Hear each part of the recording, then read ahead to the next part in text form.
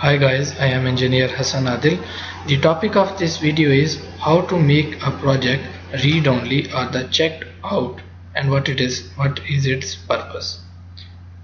Sometimes we need to give our project to some higher management or to our colleagues, but we cannot give them the authority to make any modification in our project, so we give them our project as only the read only, so they can only read the project but they cannot make any modification in the project. So how to do it, I will explain it to you. I will close this project.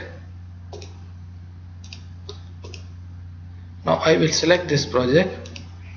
I will right click, project details. I will go to the option general, and here there is the option check out status. I will click here and I will mark as checked out. Now it will ask me, this will change the status of the project to checked out without exporting the project information. Are you sure you want to change the status of the project? Yes. Now it is also showing by the tick that the project is also checked out.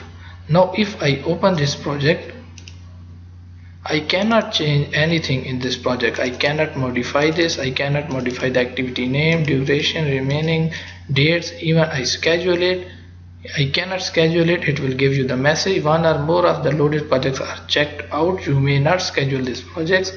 You can do the filter, you can study the cost, you can study the project, but you cannot make any modification in this project. So until I make it as a checked in. Now I will close this project. Now I will again go to the projects. I will select this project.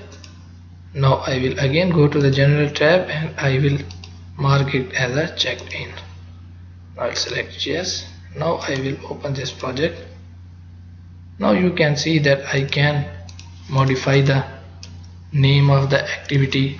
I can modify the duration of the activity. I can schedule my project. So this is the way how to make a project read only. Thank you for watching this video.